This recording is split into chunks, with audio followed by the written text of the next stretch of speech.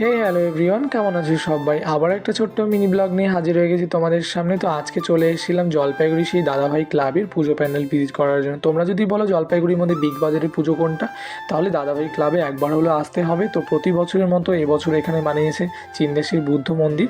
জলপাইগুড়িবাসী তোমরা ভিজিট করেইছো, জলপাইগুড়ি বাইরে থেকে কারা কারা ভিজিট করলে সেটা অবশ্যই কমেন্ট সেকশনে জানিও।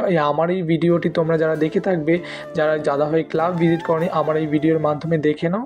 পরের বছর তোমরা আসার চেষ্টা করো, অবভিয়াসলি আমি এটাই বলবো। তো তোমাদের কীরকম লাগলো এই ভিডিও দেখে, আর ভিডিওটি তোমরা কোথা থেকে দেখছো সেটাও অবশ্যই আমায় কমেন্ট সেকশনে জানিও।